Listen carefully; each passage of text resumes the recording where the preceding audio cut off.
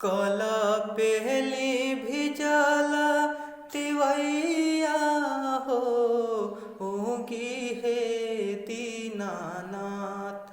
कल पहली भिजल तिवैया हो, ऊँगी हे दीनानाथ। कटलो से कटे ना समैया हो, ऊँगी हे दीनानाथ।